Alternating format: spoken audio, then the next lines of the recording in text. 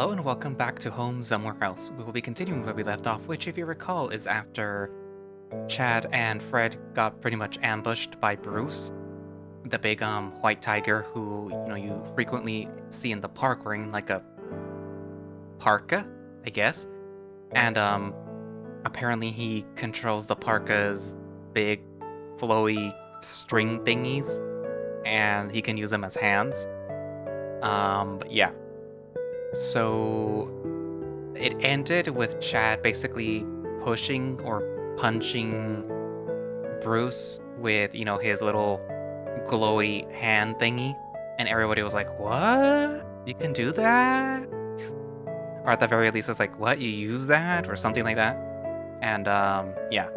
So, yeah, well, we're about to see what happens. Also, Chad got to see Thony again, and things are not going very well with them. But right now, the primary focus is seeing what happens with Chad and Fred and Bruce. So, let's see. Run, Chad! Don't try to fight him! But I can't just leave you here. Yes, you can. Fucking run! Seeing that he clearly wasn't getting anywhere with you, his focus turns back to Bruce. Bruce, please listen! The tiger quickly grabs Fred by the neck with his other hand and... Ah! Fred! You watch the German Shepherd's body drop from Bruce's grasp, collapsing into the brush. He's singed and twitching, a thin veil of smokiness surrounding his crumpled form. The sight only serves to enrage you further, your fists clenching tighter and your claws threatening to puncture your palms. What the fuck did you do to him? Bruce's ear is now directed solely at you. I merely got him out of the way. Chad! Fred! Don't worry about me, Chad. The tiger's eyes shoot straight through your soul, glistening with untethered rage. You feel motionless as the man readies to pounce. Just whatever happens, meet me back at the cap. You draw back your fist, readying a mighty punch. But just as you throw your punch, and the magical hand manifests from your body, the tiger's scarf rises and points directly at your extended arm. Suddenly, your arm pulls back seemingly on its own, pulling the magic hand back with it, which fades a moment later. Bruce, however, doesn't move a muscle, merely glaring at you with an authoritative and analytical gaze. Huh? You make to throw another punch, but as you do, a stinging pain pierces through your elbow, tightening your muscles and forcing your arm to retract once again. What the hell? Chad, you need to get away from him. Bruce's eyes fall from you only for a moment. Another of his scarves points towards Fred's body. Silence, Shepherd! Fred begins to writhe on the ground, muscles tensing as he claws feverishly at the dirt beneath him, clearly in a tremendous amount of pain. You stare in utter confusion towards the scene for only a moment before returning your ear to Bruce, fists clenching once again despite the pain. What are you doing to him? Stop! You have a burning feeling in your eyes, and you can't stand to watch Fred get hurt anymore. You run towards the tiger man as fast as your legs can carry you, throwing another magical punch at him. Bruce effortlessly dodges to the side, twisting himself around behind you. You spin on your heels, parrying the force of another punch back at him, but are stopped as a scarf points down on your legs, ravaging them with that same stinging pain. The hand flickers as you collapse down to your knees, but you keep your fist tightly clenched. The scarf idly lifts up, pointing again to your raised arm. The stinging manifests in your shoulder now, instantly numbing your whole arm. It collapses limply to your side, and your magical hand disappears entirely with it. Not again! Damn it!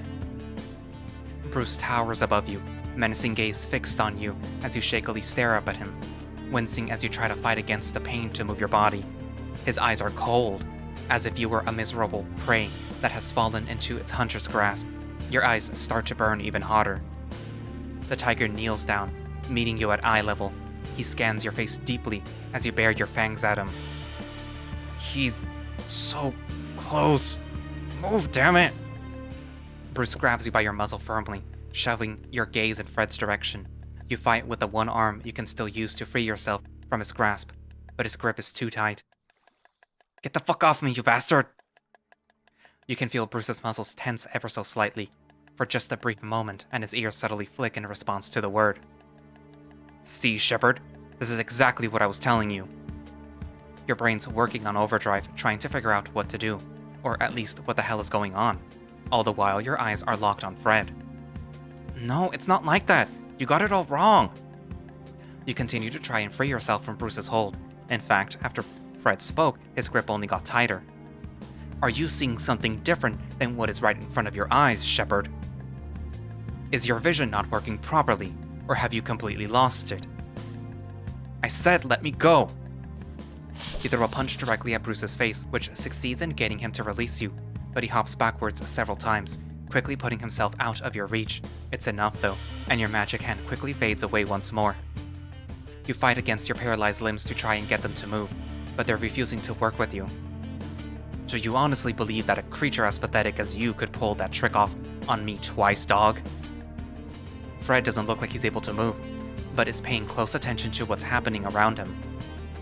Before I put an end to this bothersome tripe, pray, tell me, what is your purpose in coming here? Didn't you tell me to come find you if I ever needed you? He said that? I did. But the circumstances have changed. Or maybe they had already changed and I simply did not notice. What the fuck are you talking about? What fucking circumstances? Bruce shakes his head, a somber gaze pointed at the ground for only a moment before lifting back up at you. It is of little consequence. You still have not answered my question, dog. I brought him here. Bruce's attention shifts from you to Fred, and he begins to slowly approach him. That still does not answer my question, Shepard. Why did you come here? Stop wasting my time. You know why. You're just too blinded by hate to see it. Blinded? Says the man unable to see the truth laid so bare before him. How beautifully ironic. You slowly begin to feel your fingers again. Your eyes go wide as a tingling sensation creeps up your spine. Bruce's attention has fully shifted to Fred. This is my chance.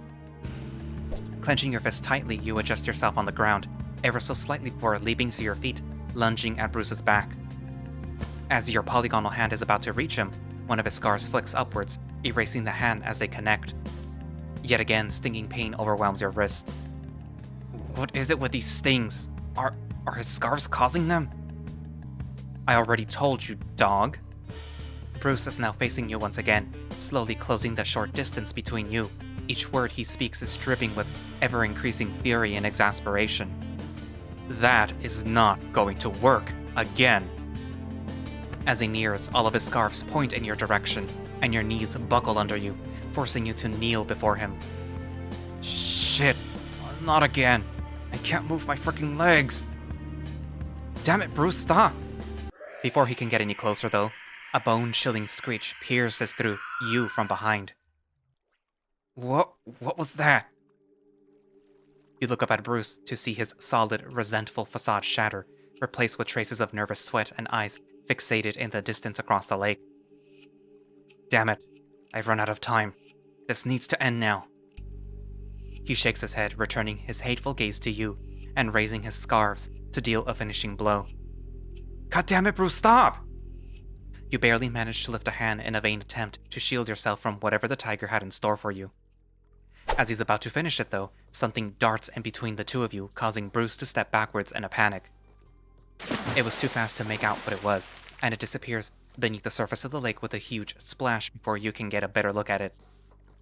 The pain begins to slowly fade and your muscles finally begin to respond to you once again. Well, your arms at least. Bruce looks completely shocked. Instinctively, you glance back towards where the thing must have come from, but you can't see anything. Damn it! The man's sudden shout makes you jump, and when you look back up at him, you watch as he uses his scarves to launch himself into the trees, vanishing into the dense foliage. The sounds of feet thumping heavily against wood trails off into the distance until all is once again quiet. You take a moment to take a deep breath and get your bearings, getting back to your feet. Your limbs are all shaky, and you can't tell if it's because of the adrenaline or Bruce's stings. Once you're confident enough in your stability, you turn your attention to Fred and go to his side, crouching down next to him and attempting to help him up. Hey, are you okay? What the hell did he do to you? Don't worry about me, I'm fine. Listen to me, Chad. Please. You need to get as far away from here as possible, right now. What? I can't just leave you here. That's enough, just listen to me for once and fucking run! I still need time to recover, but you can run. I promise I'll be fine, but you have to go. We'll meet back at the cafe. You can hear another shriek from the direction Bruce dashed off, and this time, it was way louder than before. So loud, in fact, that it stabs you through your skull like a knife, causing you to wince and cover your ears. Before the ringing in your ears dies down, Fred shoves you away, shouting one last time at you. Go, damn it! God damn it, fine! You get back up to your feet, turning and beginning to run, but you stop only a few steps away, looking back over your shoulder. I'll kick your ass if I don't see you at the cafe, Fred. Without waiting for a response, you break out once more into a sprint, disappearing into the thick wall of trees, back the way you came. What the hell is happening here? That damn German Shepherd. He had better fucking know what he's talking about. There's no way that I'm going to let him keep me in the dark on this anymore. You keep running in the direction you think you originally entered from, but the forest is so dense and everything looks so similar that it's impossible to get a grasp of exactly where you are. The terrain is uneven and hard to navigate to. It's bumpy, with big roots making ample tripping hazards, but you can at least tell that you're definitely heading down the mountain. With the brush so thick, though, knowing you're going down is about all that you can do. It's next to impossible to see far ahead, so you keep your eyes glued to your feet, watching your step and only looking up every few moments to check to make sure that you're not about to run directly into a trunk. Hell, I can't even see a thing. If I keep going down, I'm bound to get to the road, right? God damn it. It's so hard to think. I can't stop worrying about Fred. You continue to run through the trees and bushes in no particular direction, each step draining your already dwindling energy further and further. Suddenly, that same screech calls out through the forest, and you quickly look back over your shoulder, frantic eyes scanning the path behind you as you fight against burning lungs to suck in air. What the fuck? Is that thing following me? Wah! Your foot painfully clips a thick root, sending you tumbling forward. You quickly realize that you're now falling down the mountain.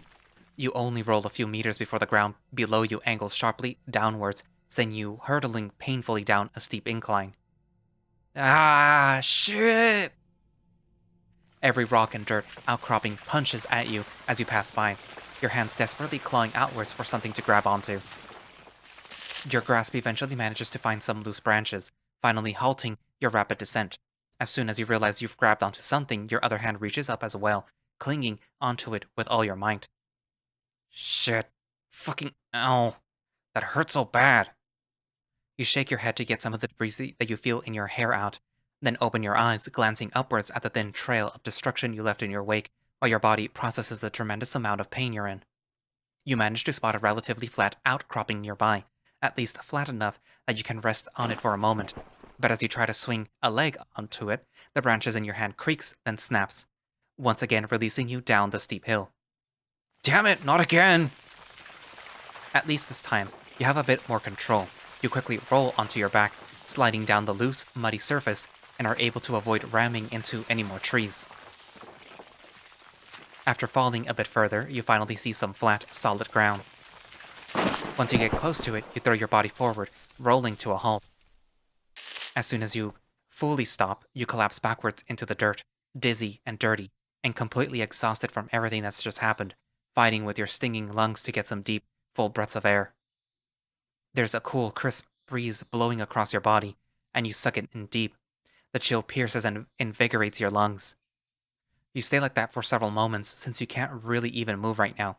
You really wish that you could, since the cold, wet ground feels awful against your back, but your limbs still feel too much like jelly. Somehow, despite how nasty the fall was, you only have a couple of scratches and bruises, although now that the adrenaline is fading away, the pain is getting significantly worse, on top of intensifying your unhealed injuries from before. You clutch your stomach, fighting against a wave of nausea as your head continues to spin. Oh god. I just got my ass handed to me twice, and now this? Can't a guy catch a break? Oh. The pain racking your body is getting worse by the minute. Your breathing becomes unsteady, but before it can get out of control, you close your eyes and focus on it. Breathe, Chad. Breathe.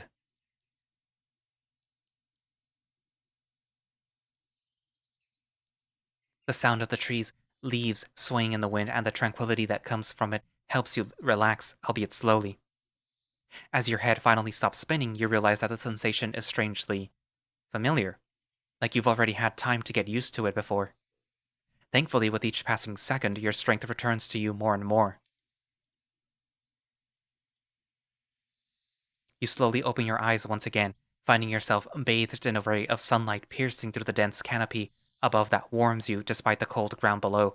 It's surprisingly tranquil, and you let out a soft, relieved sigh. The moment is broken, though, as your ears pick up a buzzing sound near your head. Yeah, that's not a good sound. I need to move. You slowly sit back up, the pain having subsided to a dull, full body ache by this point. You try to brush some of the gunk off of you, but you're coated in mud and a bunch of debris is stuck to it. You let out another sigh, this one of resignation, and turn your gaze back towards the slope you fell down. There's no way that I can climb all the way back up there. How the hell am I still alive after that? You feel something tickle you in your ear, causing it to flick uncontrollably. Your body involuntarily cringes and you wave your hand around your head to get whatever it is to go away. However, you quickly notice that what was buzzing around you has a surprisingly beautiful, fluffy body. You quickly stop fanning at it, realizing that it actually seems to have taken an interest in you. Uh, hey there, little fella. After a moment spent thinking about it, you shrug, raising your hand towards it. To your surprise, it quickly lands on your knuckle. Its tiny feet tickle you as it crawls forward, surprisingly calm for such a tiny little creature. It eventually starts trotting comfortably around your hand, almost like a little dance.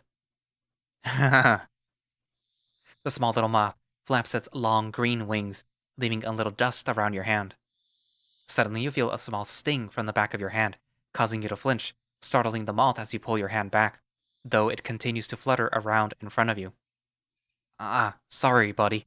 I didn't mean to scare you. As your attention returns to your hand, you spot some blood drooling out from a small cut that you hadn't noticed before. After a moment, though, the dust surrounding it begins to dimly glow, and the cut starts to inexplicably close, tingling all the while. It only takes a couple of seconds to vanish entirely, leaving only a small bead of blood behind. Whoa, what the hell? You stare at your hand, completely dumbfounded. You trace the finger over where the wound once was, and there's no pain at all anymore. Wait, what? No way. How? What? Looking back up, you see that the moth is still hanging in front of you, almost like it's consciously gauging your response, maybe even a little bit proudly. Did you do this? The small moth does 2 flips while flying around. Am I talking to a moth? Oh god, I must have hit my head on the way down. I'm losing it. You shake your head, rubbing your eyes furiously, and giving yourself a firm couple of pats on either side of your face, then check once again to see if the cut's still gone. It is. With everything that's happened today, I shouldn't even be surprised anymore, huh? Yep, you're definitely talking to a moth now, Chad. Though surprisingly, the small moth flies from side to side twice, like it's responding. Is that a no? The small moth flies up and down 2 times. Well, thanks, I guess. The small moth does a flip. Yeah, I've totally lost it. You scratch awkwardly at the back of your head with a sigh. You finally begin to force yourself back up to your feet. You're unsteady at first, stumbling and falling back onto your hands and knees before managing to stand fully, wobbling a bit. Now back on your feet, at least sort of, you begin to take stock of your surroundings. The only identifying landmark, unfortunately, continues to be your own trail down the slope behind you. Well, what now?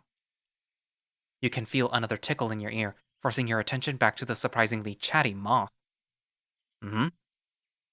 The moth starts flying in the direction of the dense forest, stopping a short distance away before turning back around, flitting in place like it's waiting for you. Are you trying to get me to follow you? The moth merely answers by once again turning back away from you and flying into the brush, quickly disappearing behind a tree. Your gaze lingers in its direction while you stand there, still confused beyond description. The moth comes back from behind the trees after a moment and flaps its wings, bouncing itself harshly in midair. Some part of your brain wants to fill in this action with a tiny, annoying voice demanding you listen to it. You're not sure why. Considering everything that's happened already, this is probably a bad idea, but... screw it. It's not like I have anything else to go on right now. Fred will be fine. I just have to believe in him. He's more than capable. You finally close the distance between yourself and the moth, who continues to bounce intensely in the air ahead of you. I'm coming. No need to flap your wings off. You make it a few more steps before a thought crosses your mind, and you stop. Oh, wait. Duh, I'm an idiot. You reach into your pocket, a small sense of relief washing over you as you find your phone still nestled inside, and relatively undamaged to boot. Thank goodness it's not broken. The sense of relief quickly dissipates as you press the power button on the side, though. Low battery and no signal. Awesome. Guess I'm following this moth after all. You move to once again pocket your phone, but hesitate, taking a brief moment to turn the volume down before doing so. With everything that's happened today, I'm not taking any more chances. When your attention returns to the moth, you see that it's at least settled down somewhat, but it's still waiting for you there. You really are waiting for me, huh? The moth flies from one side to the other. Is that a yes or a no? The moth flies up and down, then leaves behind the trees out of your sight. Whatever. You finally decide to follow it, stepping into the dense brush once more. The moth continues to fly in front of you, stopping whenever it gets more than a few meters ahead of you to wait for you to catch up. I can't be making this up, can I? It seems so intelligent. Hopefully, if it is, it at least is trying to lead me out of here. Without slowing down, it bobs up and down in the air, like it has a couple times before. I didn't say anything. What are you nodding for? It stops, waiting once again for you to catch up, and flitting back and forth while it waits. Man, I really wish you could just talk. I have no idea what that's supposed to mean. As you keep walking, following the small moth friend that you just made, the forest remains dense. Shadows of the leaves loom over you, with occasional gaps for the sunlight to pierce through, warming the otherwise cold earth beneath your feet. After a while of following the moth in whatever direction it's taking you, you realize that you're not alone with it. As you walk, more and more moths are joining you, all seemingly headed in the same direction. What am I getting myself into? Shouldn't I be looking out for Fred? You're quickly lost in thought as you follow the moth, with too many things weighing on your mind to keep your focus on it. And come to think of it, what the hell was making those screechings earlier? Certainly didn't sound like any creature I've ever heard before.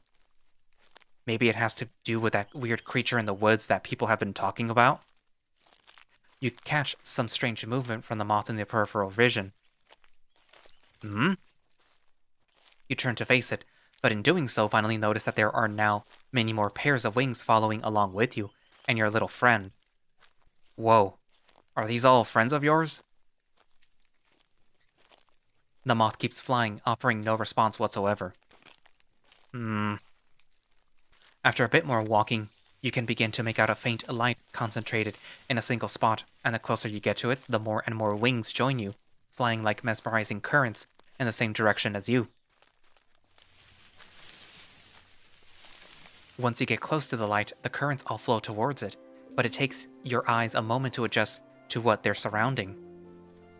Once you see clearly, though, you notice a big figure on its knees, pawing aimlessly at the dirt in front of it. You quickly throw yourself behind a nearby tree and nervously peek out.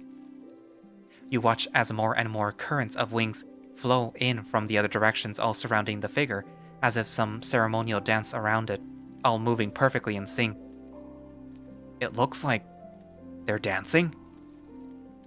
You notice your little moth friend hadn't joined them, instead hovering right next to you, bobbing smoothly up and down, but you're too focused on the thing in the clearing to pay it too much attention. What the hell is that thing? What if it's dangerous? I've never seen any species like that. Is it some kind of new mix? Like, I don't know, a sheep that somehow inherited more arms and a pair of wings like my boar fangs? Or maybe it's... Your little friend flies directly in front of your face, waving side to side.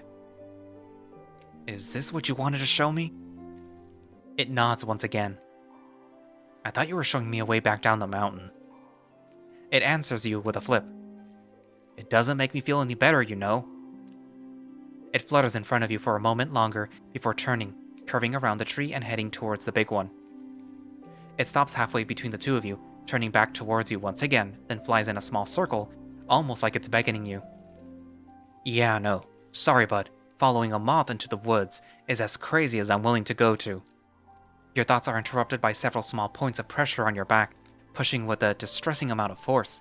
You look back to see a number of moths and other insects pushing you forward, and you can't fight against them.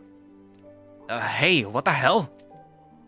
As you're pushed out from your hiding spot behind the tree, your attention inevitably shifts, panicked, to the bigger creature, and you watch as the little moth flies casually up to it. The big creature's antenna perks up, and its attention shifts towards the tiny moth. It calmly lifts a hand, and the moth lands gingerly on it. All the while, the insects behind you continue to push you forward into the clearing, inevitably causing it to notice you. It instantly stands up, taking a few steps back while carefully pulling the tinier moth closer to its body. You gulp nervously, a cold sweat forming along your forehead as you're pushed even closer towards it. Damn it, I have to do something before this turns out really bad. You say a small prayer, then finally take a charge, stepping forward slowly and carefully of your own volition. The insects at your back disperse once you do. Hi, I'm sorry for scaring you. I promise I mean you no harm. The big creature stands before you, still as a statue, as his eyes scan you from head to toe. Like an emissary of peace, your moth friend takes off from the big thing's hand and begins to fly back towards you calmly. Now that I think about it, maybe it's a moth too. Their wings look pretty similar. As your little friend closes the gap towards you, you give the big guy another look over. He's got 4 arms, a ring of thick fluff around his neck, and 2 red antennae that look somewhat like horns. A pair of wings extend out from beneath his fluff, draped over his shoulders and down his back like an elegant flowing cape, though no matter how hard you look, you can't seem to spot a mouth or ears or anything like that. As your little friend gets close, you slowly extend your hand towards it once more, and it lands peacefully on the tip of your index finger. The big moth? Guy's eyes go wide, as if he's realized something shocking. Noticing this, you take another gulp and summon up the courage to talk to him again. Can you talk? He flinches, then awkwardly looks at the ground and begins to nervously poke all 4 of his index fingers close together, cheeks turning a bit pink.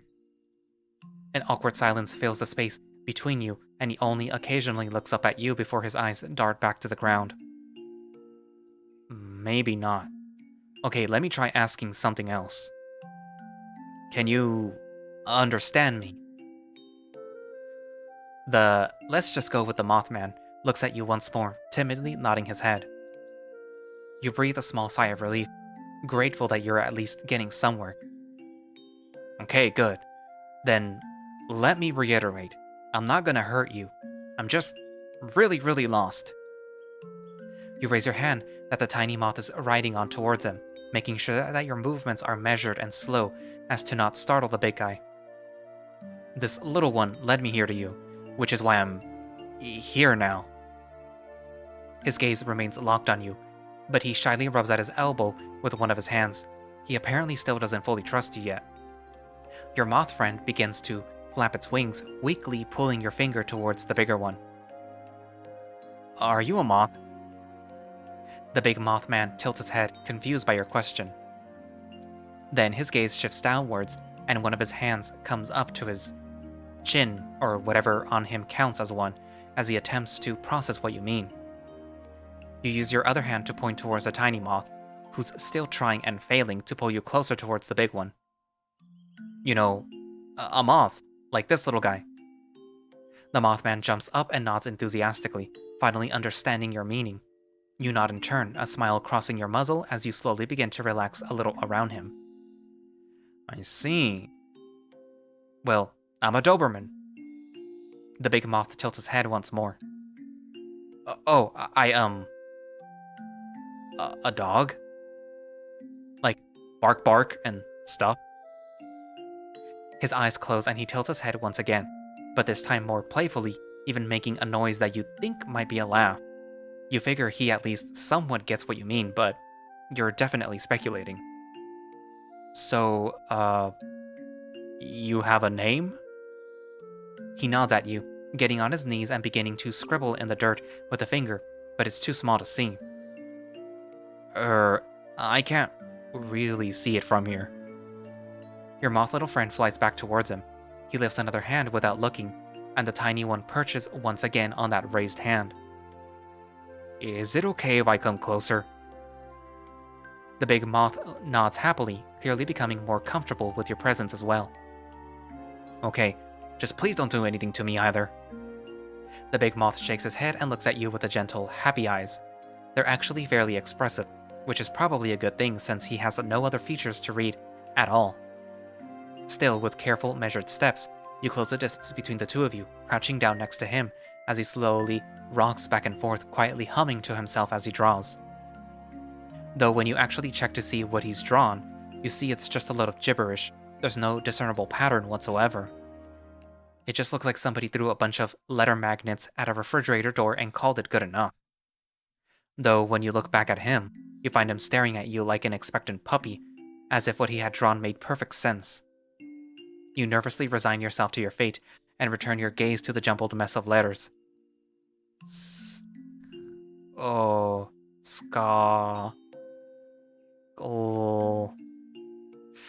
Again? So your name is... Skolsdolfsd? His eyes narrow and his horn-like antenna curl downward. Sorry, I really have no idea what it says. His angry stare fades quickly, and he lets out another one of those giggle-like sounds, seemingly in response to your own laughter. Do you know what a name is? The big moth nods. Is that what you were trying to draw? The big moth shakes his head. The big moth just watches as you shake your own head. Are we just gonna communicate with yes and no? He answers you by drawing more in the wet dirt, but once again, it's nothing but gibberish. Do you even know what your name is? He freezes in place, eyes wide, but they quickly turn somber, his antenna drooping a bit as he shakes his head. Oh, well, how about I give you a name then? How about... You scan the mess of gibberish trying to discern something usable from all the squiggles and lines, all the while the big moth continues to idly trace more in the ground, seemingly enjoying himself quite a bit. I see you like to draw a lot. The Mothman nods happily.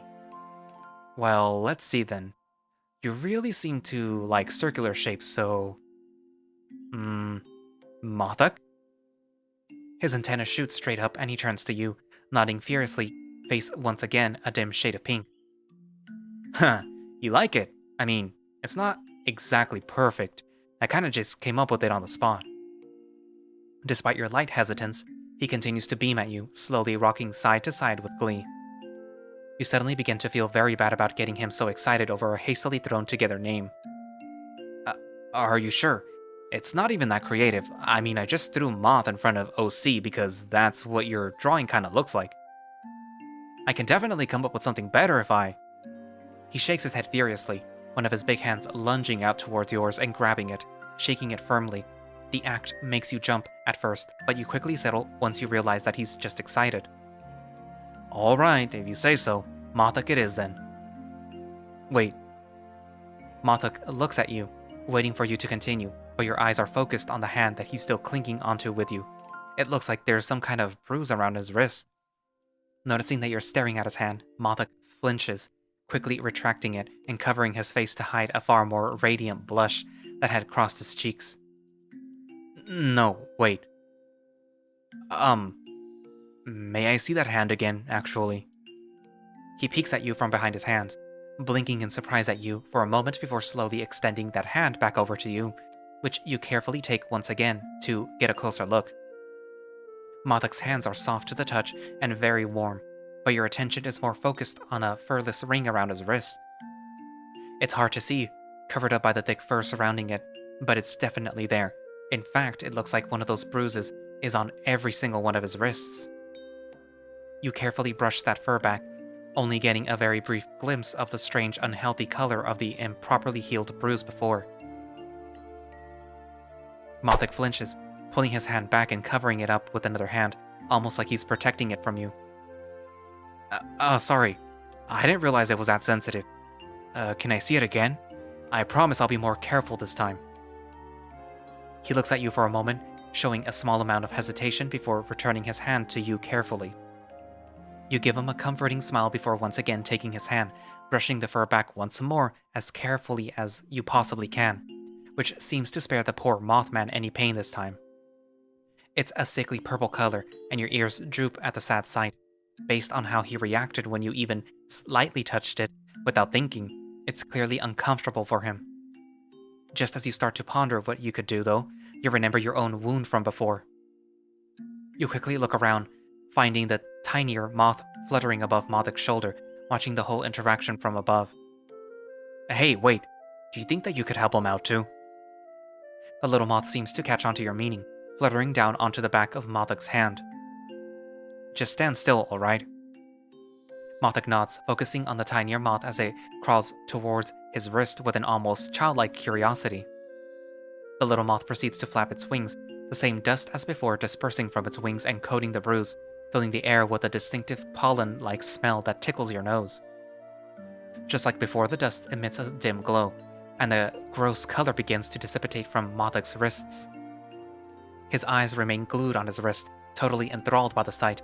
You don't notice it right away, but his eyes have begun to glow as well. There we go. Does it still hurt? You apply a very small amount of pressure on the bare spot, carefully watching him for any sudden flinches or signs that you're hurting him. Thankfully, he doesn't react at all, so you breathe a small sigh of relief, happy it seems to have worked. I still don't really understand it, but I'm glad it worked. You freeze as your eyes meet and you finally notice their shine. You blink a few times, trying to figure out what exactly you're looking at. Whoa. Before you can really process it though, Mothoc suddenly grabs you with all four of his arms and lifts you up off the ground in a tight bear hug, burying your face in his neck fluff as he does. The pollen-like scent is overwhelming with your nose pressed to him. It's actually very soft and comfortable for a moment, until he begins to swing you side to side, spinning around in a small circle all over the clearing, clearly already doing a lot better. Whoa! Put me down! Put me down! Mothoc abruptly stops with a flinch, quickly returning your feet to the ground with a slow, careful movement, releasing you and backing away a few steps awkwardly.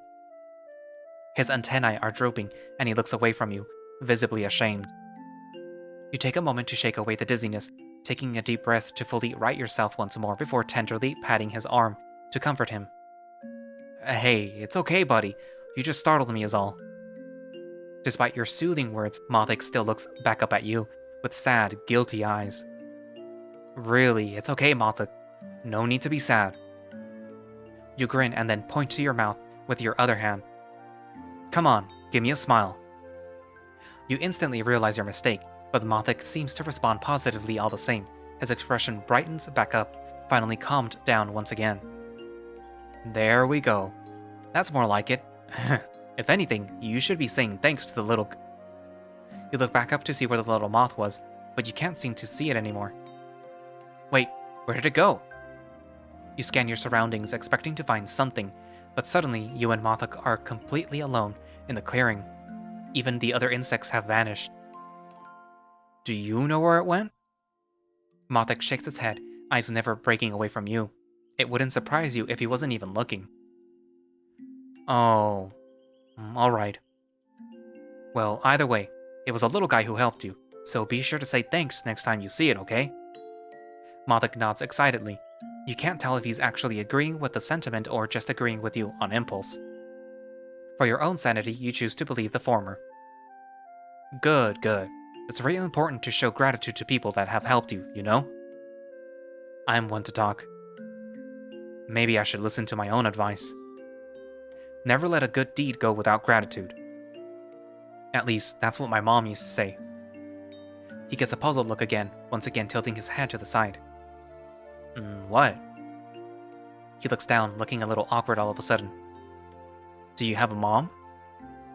He shakes his head, then looks back up at you expectantly.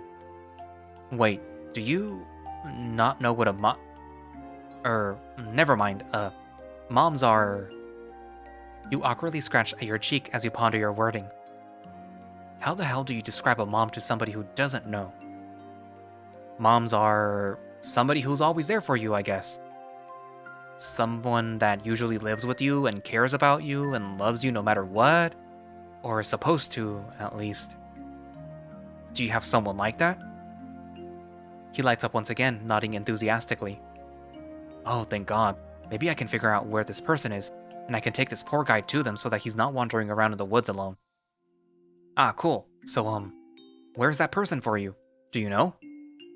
He brings a hand up to his chin, eyes shifting towards you as he thinks hard about your question, leaving an awkward silence in the air.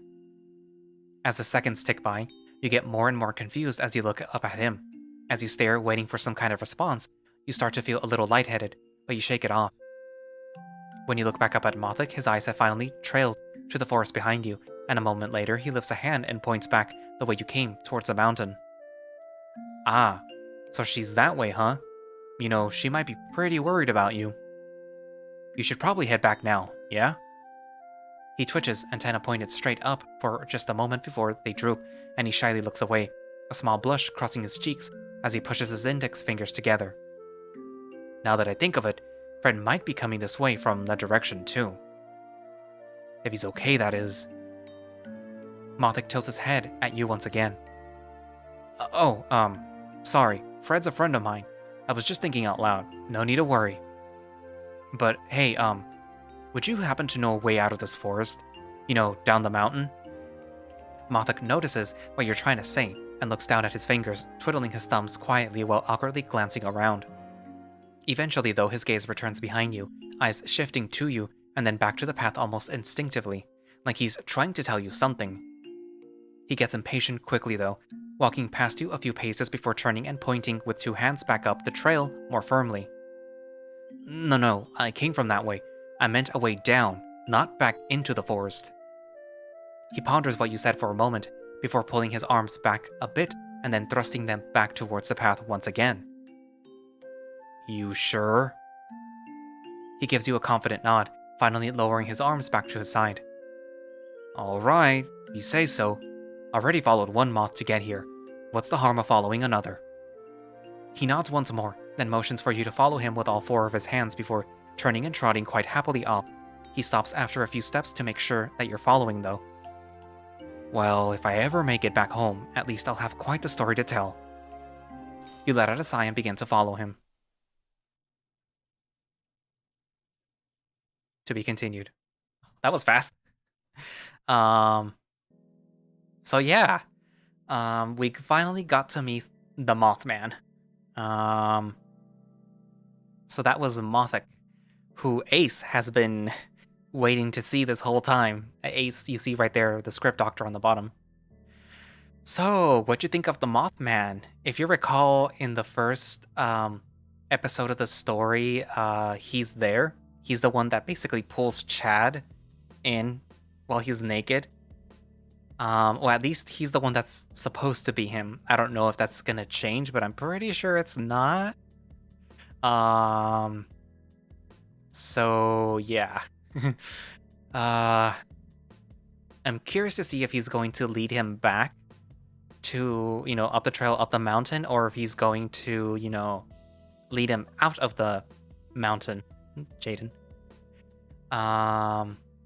So, I guess we're gonna have to wait and see what happens.